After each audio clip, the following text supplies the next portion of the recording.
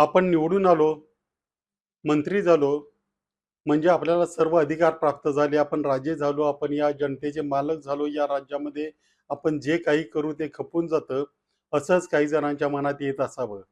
त्यामुळेच अगदी मंत्रिमंडळामध्ये प्रस्ताव मंजूर झालेला नसतानाही त्याची अंमलबजावणी करण्याइतपत काही लोकांची मजल गेली होती. त्याच्यामध्ये मंत्री धनंजय मुंडे, त्याआधी माजी मंत्री तानाजी सावंत, अ, अ, ही नावं जोडली गेली होती. त्याच्यामध्ये आता आणखी एक नाव जोडलं गेलं आहे, ते म्हणजे अब्दुल सत्तार. अब्दुल सत्तार यांनी आपण मंत्री असताना जो मंत्रिमंडळामध्ये प्रस्ताव मंजूर झालाच नाही, तो झाल्याचं भासवून आपल्याच संस्थांना अनुदान मिळवून दिल्याची समोर आलेलं आहे. 4 ऑक्टोबर 2024 रोजी मंत्रिमंडळाची एक बैठक झाली.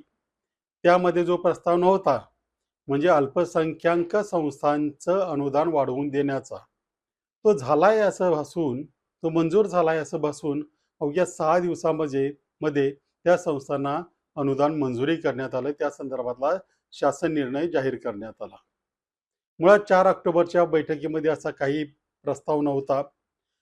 अल्पसंख्याक संस्थांना 2015 पासून दरवर्षी 2 लाख रुपये इतकं अनुदान दिलं जात होतं. त्याच्यामध्ये वाढ करण्याचा कुठलाही प्रस्ताव शासनामध्ये नव्हता. तरी तो झालाय असं भासवलं. त्यानंतर सगळी कागदपत्र हरली. मध्यंतरी सुट्ट्या होत्या. तरी 4 ऑक्टोबर ते 6 ऑक्टोबरच्या दरम्यान सर्व प्रक्रिया पूर्ण करण्यात आली. 10 ऑक्टोबरच्या दरम्यान सर्व प्रक्रिया पूर्ण करण्यात आली आणि तसा शासन आदेश काढून त्या संस्थांना अनुदान देण्याचा प्रस्ताव मान्य करण्यात आला. या सगळ्या संस्था छत्रपती संभाजीनगर जिल्ह्यातील सिल्लोड तालुक्यातील आणि माजी मंत्री अब्दुल सत्तार यांच्या जवळचे आहेत असं म्हटलं जातं. मुळात जो प्रस्ताव मंत्रिमंडळात आलाच नव्हता, तो मंजूर झाल्याचं भासवणं, कुठल्याही संस्थेला अनुदान देणं, काही वंचित संस्थांना, अल्पसंख्याक संस्थांना अनुदान देणं, त्या जिवंत ठेवणं, त्यांच्या हिताचं काम करणं, हे शासनाचं काम आहे आणि त्याच्यावरती कुणाचं हरकत असण्याचंही काही कारण नाही.